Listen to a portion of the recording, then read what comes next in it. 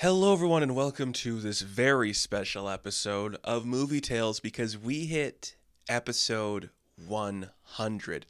This is not the 100th film we've talked about. We've talked about more than 100 films, but this is episode 100, so I wanted to do something special. Talk about something big and important that we wouldn't normally talk about because this is a franchise we're going to be talking about today I don't normally cover on this channel. We are, of course, talking about Toy Story, because look at everything behind me. It's a Toy Story here. I'm kidding. We're talking Star Wars. And I put out a poll a few weeks ago just asking people, what era of Star Wars should I talk about? I put the big ones in there. The original trilogy, the prequel trilogy, and the sequel trilogy. And you voted, and you picked the original trilogy, which, I'll be honest, surprised me. I didn't think this one would win. I thought people, especially of an internet generation, would be more interested in hearing people talk about the prequels or more interested in seeing people bash on the sequel trilogy. I personally think I could have done better videos talking about either of those separate trilogies. Maybe if only because they have stuff to talk about that hasn't been covered extensively. Now I'd say maybe the prequels have, and the internet grifters have bashed apart the sequels and stuff, but talking the original trilogy, the ones from 77, 80, and 83, Star Wars, The Empire Strikes Back, and Return of the Jedi, these are arguably the most talked about films in the history of the medium. What do I have to say that hasn't already been said? Truly nothing. You're tuning into this episode, it is probably because you like Star Wars and you want to hear somebody talk about Star Wars. Well, I can do that. We can sit here for a little bit and just talk about how cool Star Wars is. Because, spoiler alert for those of you who are tuning in, I like this trilogy. I gave them all 5 stars on Letterboxd. This is a huge part of my life and stuff that I enjoy avidly. I still watch these movies constantly. I think about these movies constantly. I follow meme pages that make memes about this stuff. I like Star Wars. And you probably can't tell that from everything that's behind me because there's no Star Wars up there. But I do have a lot of Star Wars merch. Here, look at this. This is a Wedge Antilles Black Series action figure. Why do I have a Wedge Antilles? That makes no sense. He is not a popular enough character to really have an action figure, but that's Star Wars. If you're on screen for a minute, chances are you have an action figure of you. So I have that. I also have this VHS box set of the original trilogy that I've watched recently. I have watched these tapes recently. Why do I have this? Well, it wasn't mine. It was just in my life somehow.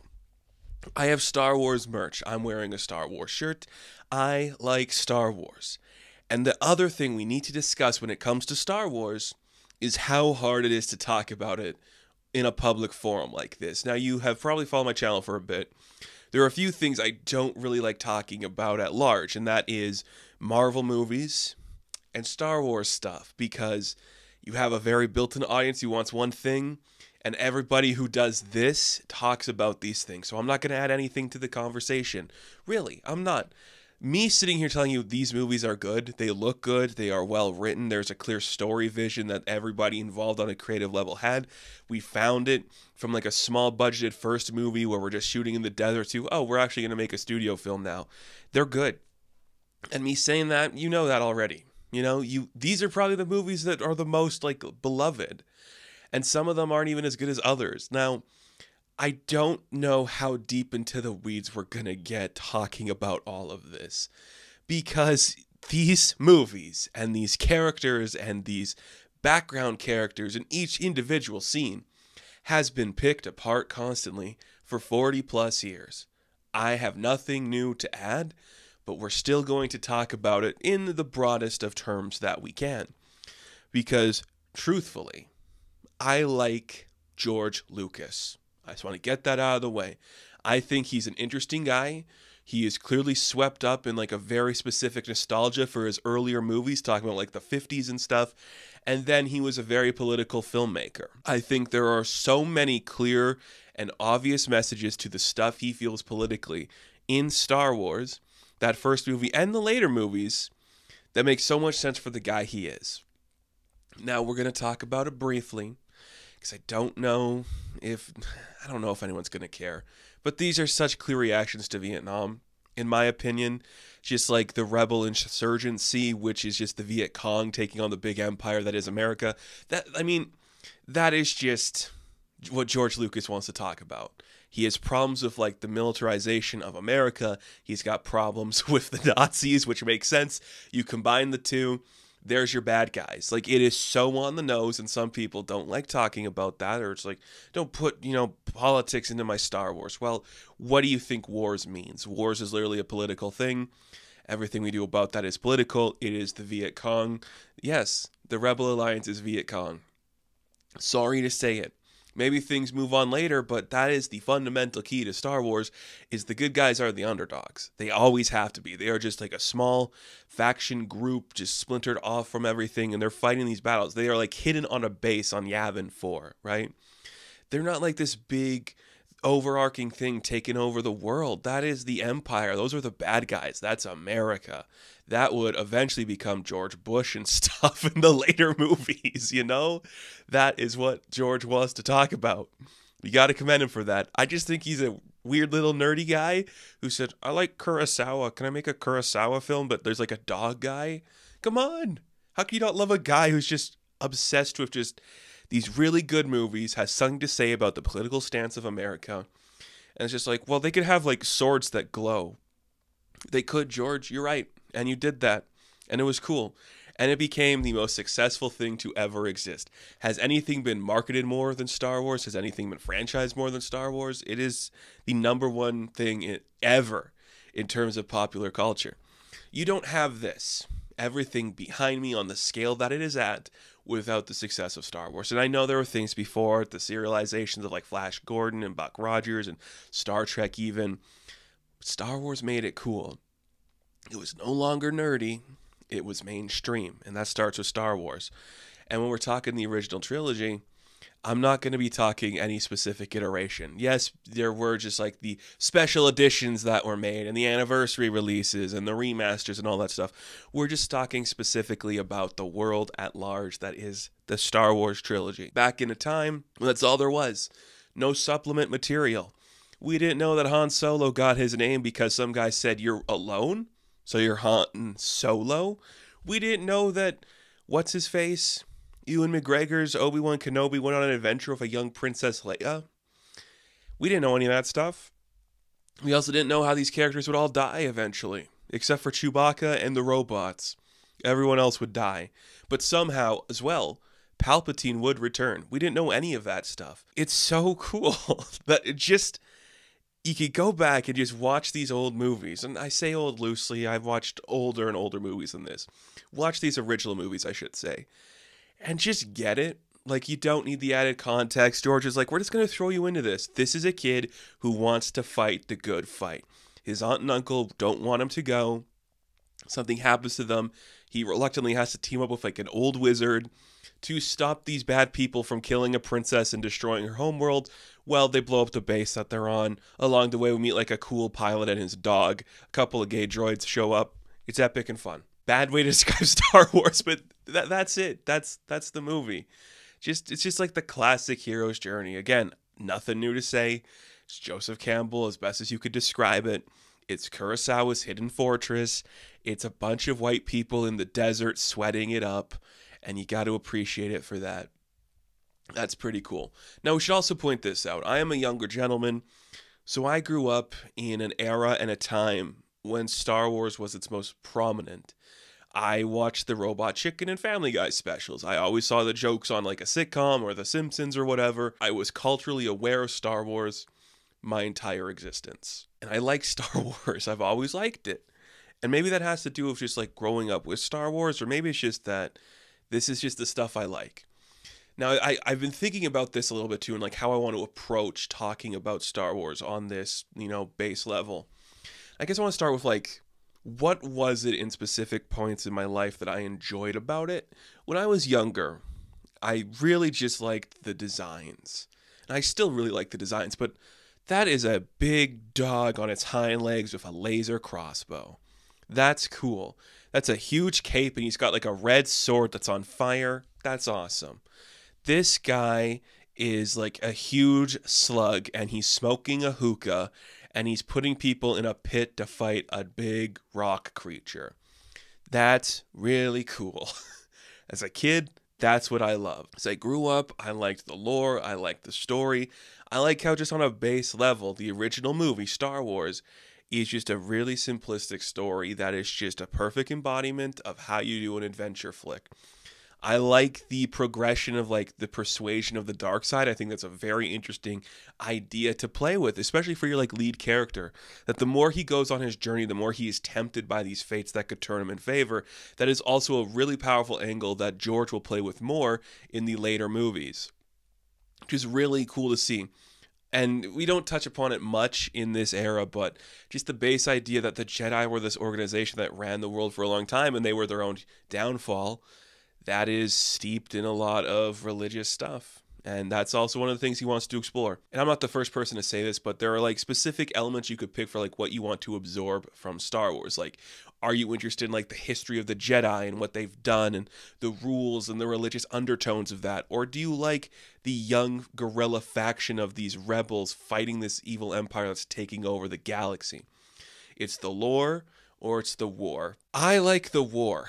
I really like the war. I've always liked stories about war, and I think like just relating to like a real world event and putting it in context of science fiction helps people understand stuff.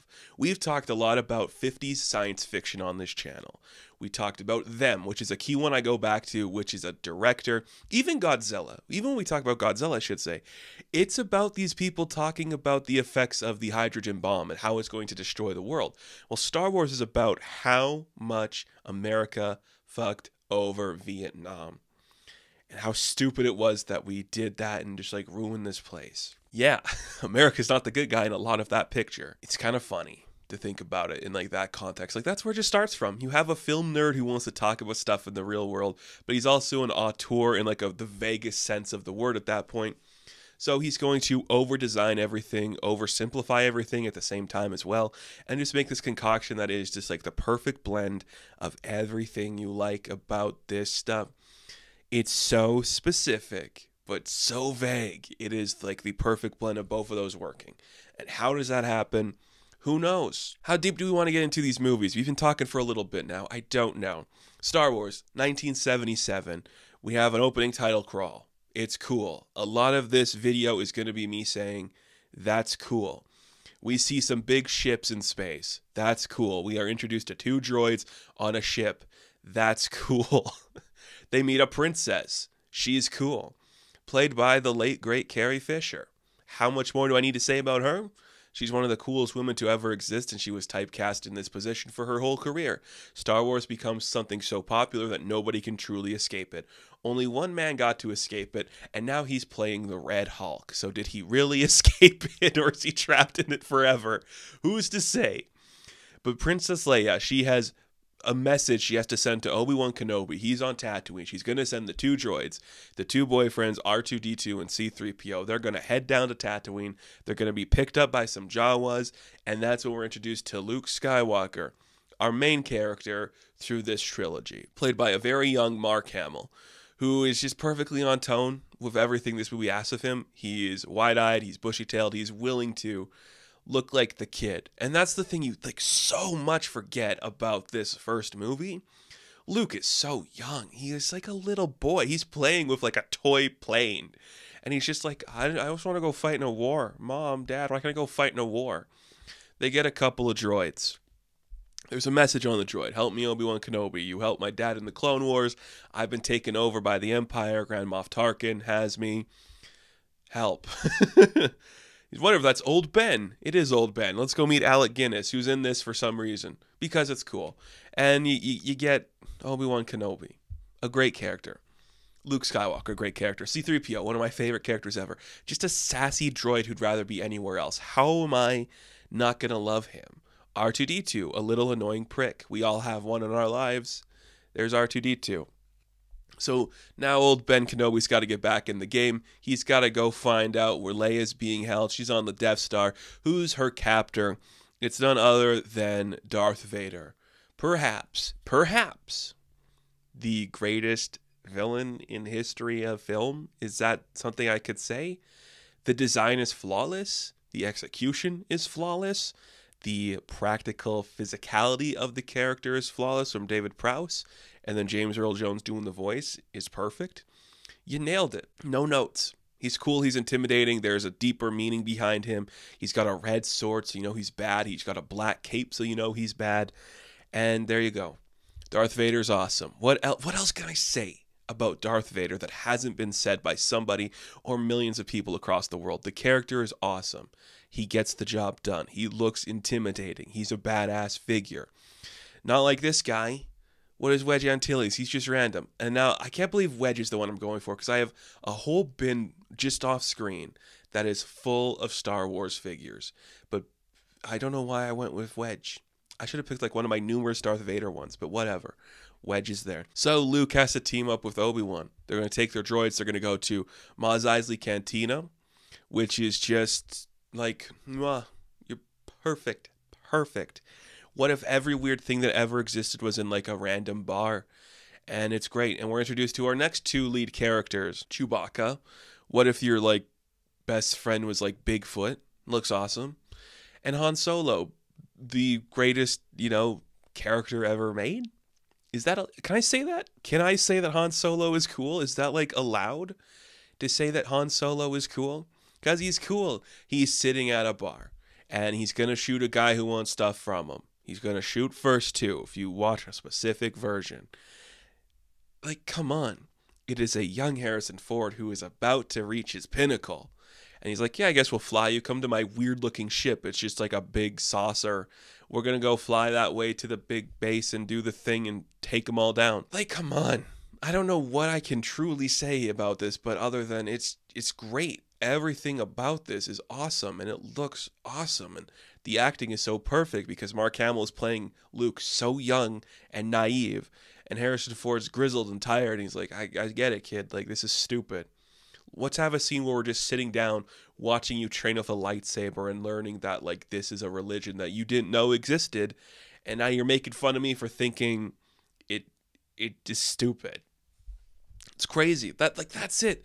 What was Han Solo's origin? Who cares? Do we need to know who Luke's parents are yet? No, just that Darth Vader killed his dad. That's it. There's no other base knowledge we need. We get what's happening here. We have to hire like a smuggler. He's going to get us to this place.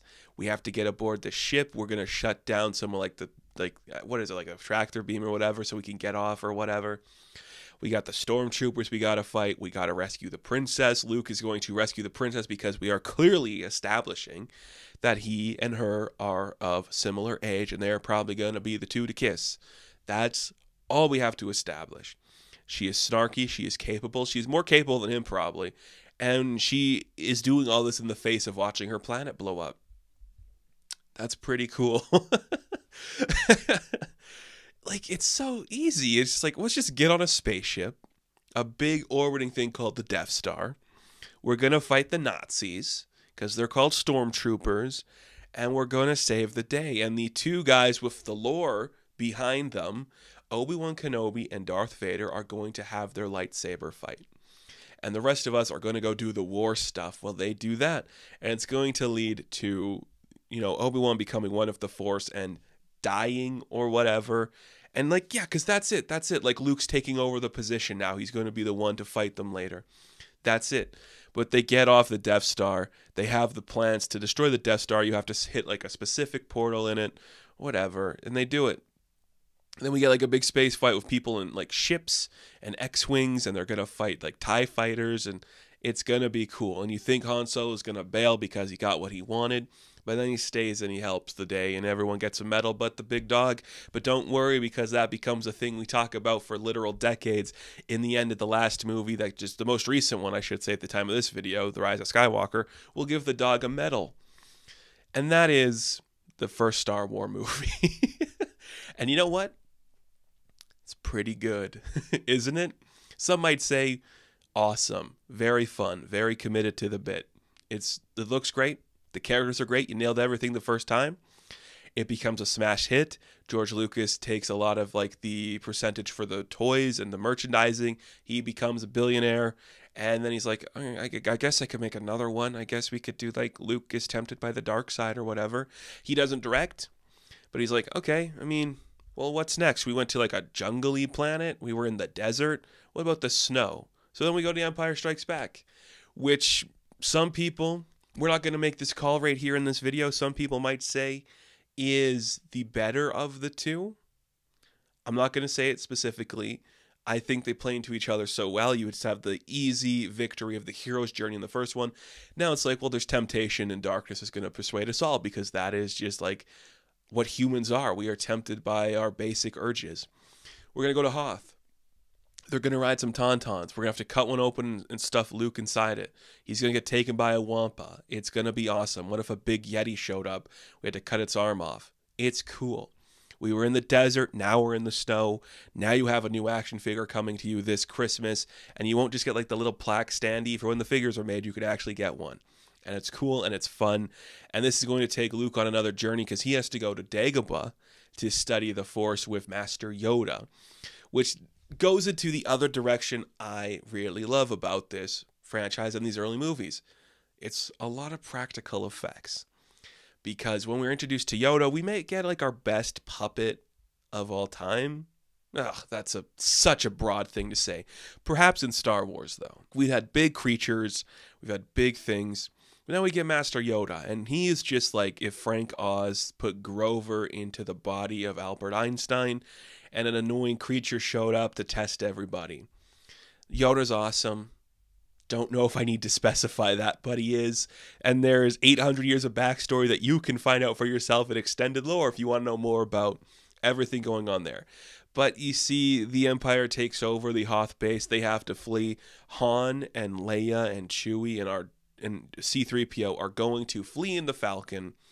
And they are going to go... Is it Ryloth? No, it's not Ryloth they go to first. They go inside the big space worm, a Dune reference. Hey, good for you. Then we're going to head to Bespin and go to the city in the clouds. Again, how much do I need to specify? The paintings we have for the big backgrounds look good. The costumes look good. John Ratzenberger, for some reason, is in Hoth. Who knows why? He is just there. Everyone's having fun. We figured out what we're doing. We have more money to make this successful. And now we're just going to tempt you with like a more insane type of story. It's not going to be as straightforward as we're going to fight the Empire and blow up their big ship.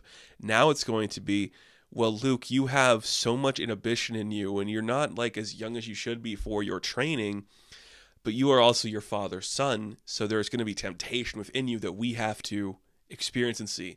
More of a plan is being made, not a full plan is being realized, because Leia does kiss Luke. It doesn't matter. It doesn't matter yet. We go to Bespin. We are introduced to who I would say is my favorite Star Wars character. That is such a vague term to say, but when anybody asks, I say this is my guy. And that, of course, is Lando Calrissian. Another thing I have right off screen is a poster of just Billy D. Williams as Lando. I just have that just off screen. I should have brought it out. But we got Lando now. And what if Han Solo was cooler and slicker and sexier and owned like a big mining thing in the sky for some reason? And he's like, hey, I know you. You got a pretty girl view. You got this stupid robot. Okay, come to my place. Actually, I'm going to betray you secretly because the Empire got here first. We're going to have like a weird dinner sequence. And come on, it's awesome. Like, the sets are just so loose. They're just like white backgrounds. And like, what if we just made everything look cheap, but also works for the aesthetic of this universe? It's great. Just when things were shot on film, they looked so good, didn't they? I'm sorry to say it. They just looked so good. Things were just so different. It's such like a weird contrast to see the way that Empire looks, even compared to like Star Wars, or even just compared to like the most recent films. Everything just looks so different in a very particular, very interesting way. I really, really, really dig it. But what's Luke up to? He's not really with like the main cast for most of this movie. At this point too, we also know we're going to be getting a trilogy, so we can end things in like a vague sense of the word. He's going to be training with Yoda. He's going to go to Dagobah. He's going to like go to like a weird swamp cave. He's going to like see an image of himself projected as Darth Vader, realizing that there's hate and anger inside of him. And he has to like confront that to do the right thing. But he has to put past all his emotions to truly become a Jedi. But his friends are in danger, so he has to go help them. And that's what he's going to do. And this just takes us to the most important thing to maybe happen in the history of film. I'm not kidding when I say that. I think there is a case to be made that the biggest thing that has ever happened in film history is the fight between Luke and Darth Vader, when Vader reveals to Luke who he is and the origin of their relationship. And if you don't know, why am I even saying you don't know? Of course you know. Even if you have never in your life seen a single frame of a Star Wars, you are aware of this line, which has been misquoted numerous times as, Luke, I am your father. It's like, no, I am your father. And Luke's like, what? No, that's impossible. He doesn't say it like that. He says it like Mark Hamill overacting. But come on. That's cool. Like, that's a fun thing to throw in there. Can you imagine if they didn't do that, how different these movies would be? It makes sense. You know, it's like a cool idea to play with. I enjoy it. I don't know what I'm supposed to say. I like Hoth. I like Dagobah. I like Yoda. I like Lando. I like the Ugnaughts. I like the stupid bounty hunter section where Vader's like, what if I just hire some bounty hunters to do a thing? And they all just become like the most iconic characters you've ever seen in the history of film. And then Boba Fett. What if Boba Fett was actually a clone of like a... We're not going to talk about it. What if there was like a book of Boba Fett? What if, right? What would that look like? Turns out Boba Fett's working for some other guy. In like a special edition of Star Wars, the original movie, you might even see Jabba the Hutt show up and Boba Fett's going to be working for him later. Maybe. You might see that depending on the version you watch. That is all extremely possible. But that's going to end with Luke falling down a shaft, losing his hand, being picked up by the Falcon, and Han Solo turned into carbonite. And you know what?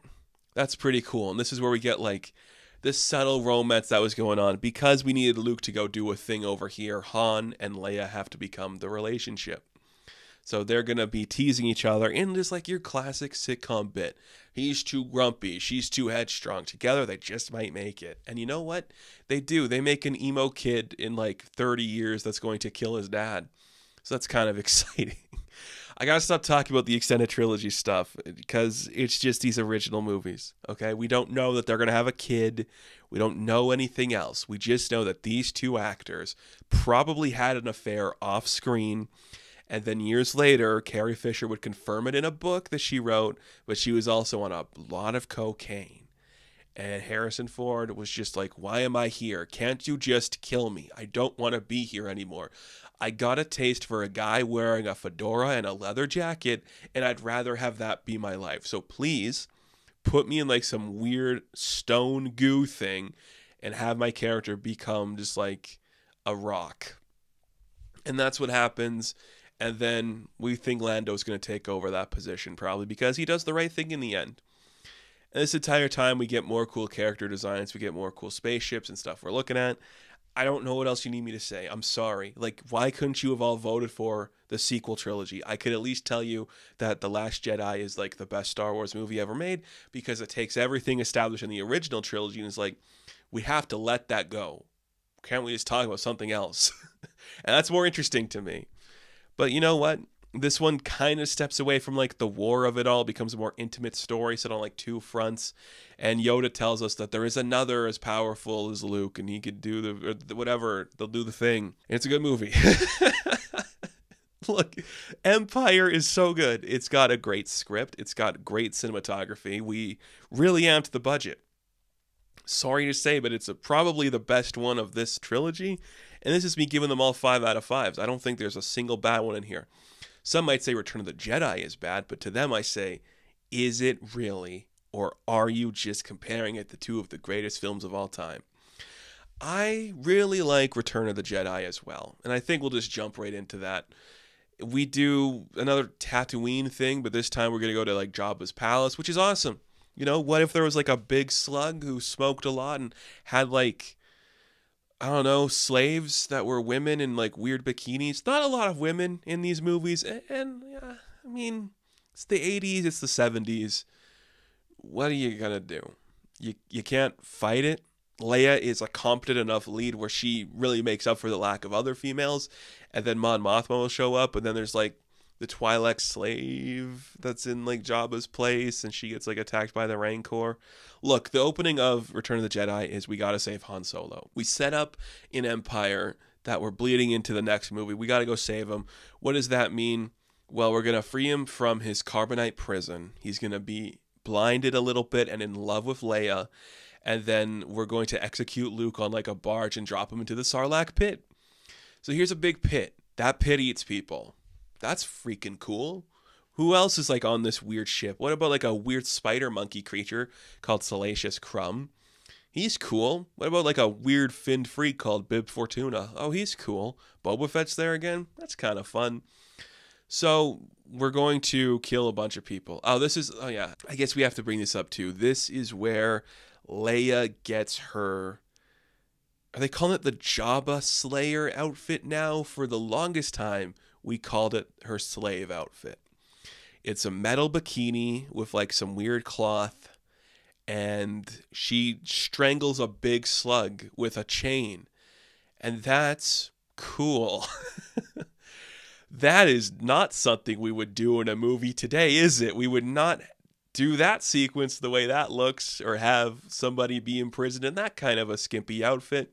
But hey, if anyone was going to do it and like have the balls to talk about how stupid it was, it would be Carrie Fisher. So we have to commend her for doing that at the very least, because she's cool. Carrie Fisher was so cool. There are a few actors where I'd be like, I would like to meet you in any capacity. Carrie Fisher would be one of them. I feel like she could talk shit all day about anybody on any given subject. She feels like the person that could just pick apart your entire being just by meeting you on first glance. It'd be like, you cry yourself to sleep at night. And you're like, you're right, Carrie, I do. In any era of like Carrie, like young Carrie, middle-aged Carrie, older Carrie, she's just seemed the best. But no, actually Boba Fett's going to fall into the Sarlacc pit, and then 40 years later, he's going to get a TV show about coming out and becoming like a mafioso or whatever. We're moving past it. We don't have to bring it up. We kill Jabba. We destroy the barge. Luke's like, I got to go do a thing really quick. I got to go witness my elderly gremlin die. And he's going to tell me I have a sibling, a sister. Who's my sister? Well, it's probably the only woman in any of these movies. My sister is Leia. Okay. Well, we made out in the last one because she was trying to prove a point to Han, which we can pass as that. She didn't know. Luke didn't know. So it makes sense they did that. But looking back on it, you have to wonder, why did we do that? Doesn't matter. We did it. Also, let's just point it out because someone's going to say something if I don't. Luke's wearing black. We show like his progression to kind of going deeper to the dark side. Whatever. He's going to like tempt Vader or whatever through all of this. That stuff's kind of awesome. Like, I know people have like their faults with, we're going to Endor, we have to fight like the biker scouts and stuff, and look at these stupid little puppet fucks that are just showing up and doing dumb shit. Look, I have nothing against the Ewoks. I think they're cute. It's a fun idea. Once again, going back to like the initial premise of Star Wars, which was the Viet Cong. We're literally going to go to a forest now and have like the indigenous people of that forest using simpler weapons defeat the evil empire. I know what you're doing, George. Some people don't like it. They just think a silly teddy bear is going to eat a stormtrooper. That's not the case. They're the Viet Cong. They're going to fight for their land. And they're going to see C-3PO and be like, this guy's a god, right? He's kind of cool. Okay. I haven't talked about it enough. I don't need to bring it up because I've said Lando's probably like my favorite character. I love C-3PO. I love this character to no end. I think he is so much fun. I like the guy that does not want to be in any situation he's in, does not know how to read the room, but is just somehow not a nuisance to the story. Some might say he is, but I love that character. I love how angry he gets at every single thing happening around him. I love how he'd rather be anywhere else. He's cool, and I'm indifferent to R2. I get why he's there. He's not like a Chewbacca, or I'm like, yeah, I want a Chewbacca. I want to be a Chewbacca. You know what's funny? Now that I think about it, I don't know if there's any character that I was like, oh man, I wish I was them. You know how some kids are like, man, I'm like Luke Skywalker in here. I'm like Princess Leia. We're going to team up and fight stuff. And some like cooler guys are like, I want to be Han Solo. I don't know who I'd want to be. Like out of the original trilogy, who would I want to be? That is a great question. because a lot of the X-Wing pilots die in fights. I like Lando. I'd like to be Lando. Maybe Nyan Nub. That'd be kind of fun, like a big freak like that. No, never mind. I figured it out. I figured out who I'd want to be. I want to be Max Rebo. What is that? Who came up with that design? That is not a normal design to make for anything, for anybody. And he plays like a weird space piano thing. I love the special edition of like the random song that just shows up at Jabba's like palace. I think it's funny. I think it's stupid and funny, and I don't know why it happened, but I love it, because why? Why was that like the addition you needed to make, George? It's so funny to me. I appreciate it so much. Yeah, Yoda dies. Luke's got a sister. He's going to go to like the rebel base on Endor and be like, hey, I got to go talk to Vader up there. I got to go defeat that. You guys like do a thing down here. You know, they got a new Death Star, or the old Death Star that's not fully built yet, but hey, you could probably defeat it the same way, maybe a little more challenging. But Lando, why don't you go do that? And we'll have like our other characters like stay in this forest, work with the indigenous people, and just beat up some assholes. And that's what they're going to do. So the Ewok stuff, it's fine. You either like it or you don't. I like it. I like more the like weird three. What I like more is like the trio of Luke, Vader, and the Emperor. And we haven't talked about the Emperor yet. What if, like, just like a freaky, wrinkly old freak? Like, it's awesome. He's got a big cloak. You have Darth Vader already. Well, what if there was a bigger, taller, more badass Darth Vader? Oh, he'd look like a shriveled up wizard with lightning fingers. That makes sense. Like, the escalation would go. Luke Skywalker, he's kind of being tempted by the dark side. He's kind of got like a flap on his shirt to indicate his turn to the light. And then Darth Vader would be the next escalation, red sword, kind of a robotic man, talks like he's evil. What's above like the most evil being in the world? Oh, a wrinkly evil freak who's going to be like the emperor of existence. There's a lot of Dune in there, of course. There's a lot of John Carter in there, of course. But you got to respect it. Just like a old curmudgeon-y diphead just being like, hey, you know, this is your dad, like, and this thing that used to be your dad, like, he's kind of cool, but he's going to, you know, run its course eventually. It'd be really cool if you became like my number two. You know, you could become like a Sith. Join me on the dark side, dude. It's pretty sick over here. And Luke's like, no, I'm actually here to like persuade my dad to come to my side because I fought my demons off screen, maybe, and learned to accept my fate. It's fine.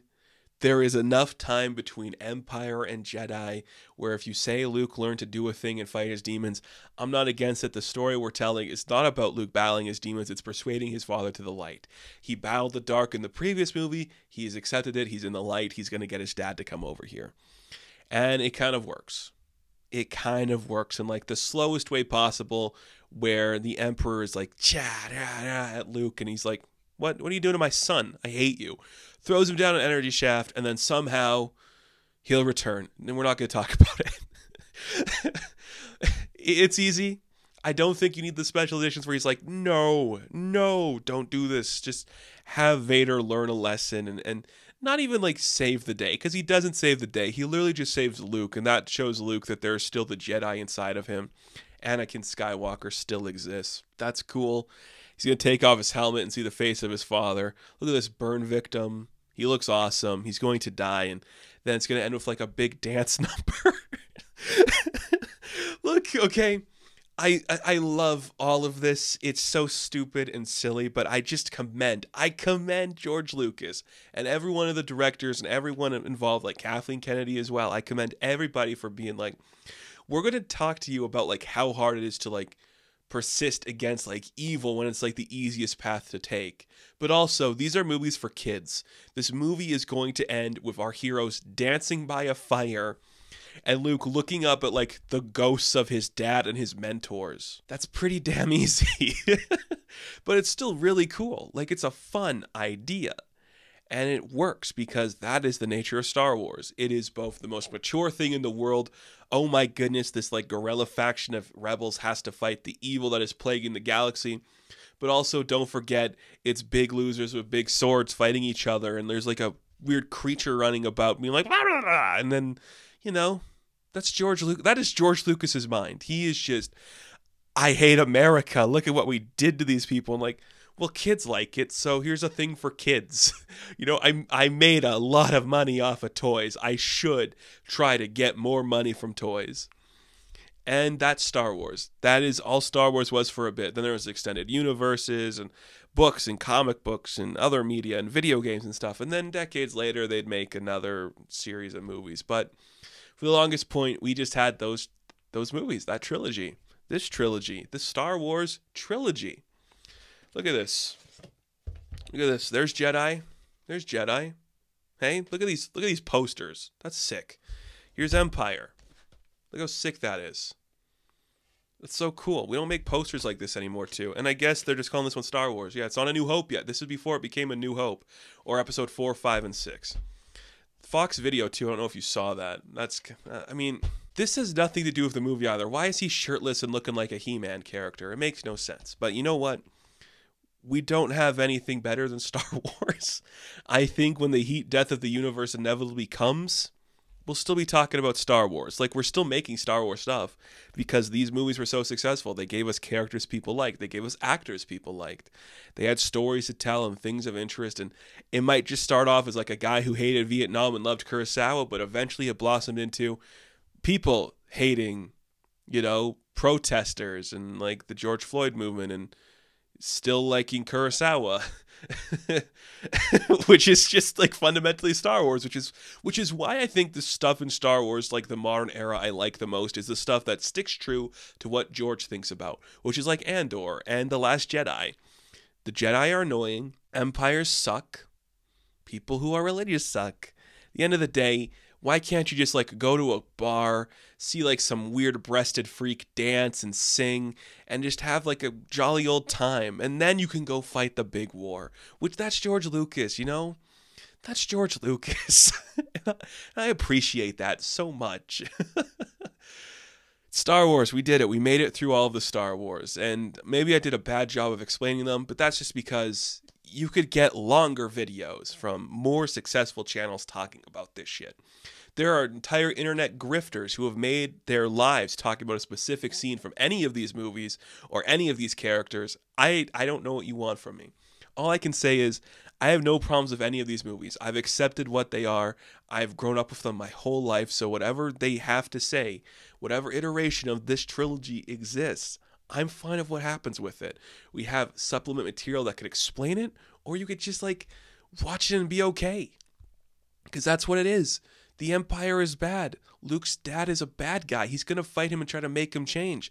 Han and Leia are going to fall in love. There's a big Bigfoot walking around with like a crossbow, and it works. There's 2 droids that are just there. And Billy D. Williams is just going to be like the coolest guy you've ever seen. Like, it is Star Wars. This planet's made of ice. This one is a desert. It's that easy. None of them have multiple biomes. They're all one. Like, who cares? That's what it would be like. Quit worrying about everything. Quit trying to think this is like anything more serious than it needs to be.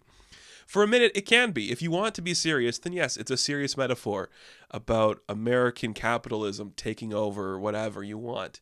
Or it could just be silly stuff for kids. We go to a bar and there's like a creature that looks like a walrus and he's like, I don't like you. Get out. And then a wizard cuts off his arm. That's all this can be if you want it to be. Star Wars can be anything. It could be about the lore, it could be about the war, or it could be about like your childhood fantasy of saving a princess and teaming up with a wizard. Either way, they're great movies. All of them are awesome. They look good. They are fun. They're Star Wars. They have been talked about more than anything else in the history. And now, having done the original trilogy for episode 100 of this channel, or this show, I should say, this show, I don't have to talk about Star Wars again for another 100 episodes. Look, as much as I love it, it can be a taxing thing to talk about. And that's just the nature of the game. You have to accept the good with the bad. And that's what we're doing here. We're accepting the good with the bad. But most of it's good to me. I love it. I love Star Wars. It's really fun. It's a good universe. They did something special here, which is surprising. Sometimes you just forget that these were cool. With all the shit we have going on, it's just nice to be reminded that back in the day, it was just that easy. We just told a simple story and we just expanded out of it. If this is all we had, let's say we never had a world where this took off and we just had this like weird little trilogy. That'd be cool. Or let's say we just had the original Star Wars film, right? Nothing else comes out after it. It is a cool homage to Kurosawa from a, classic Hollywood filmmaker, and he made something cool. And then in the sequel movie, he's like, well, I'm going to step back, but we're going to make it darker, and then we're going to make it more fun by the end. And I'm like, that is kind of all you want from a trilogy. It's going to come full circle. And I appreciate that. So may the Force be with you, and all the other nonsense words that they say in this universe. That is going to do it for this episode. And I think if you are sticking around this far, I might be talking the Acolyte next week. Maybe. We'll see. Thank you all for watching this episode of Movie Tales, episode 100. And we did it. We made it through the trilogy. Now be sure to like and subscribe to the channel. As always, you can check me out on Instagram, TikTok, and Twitter. And of course, I will catch you in the next one. Have fun. Stay safe. Good luck. Live long and prosper.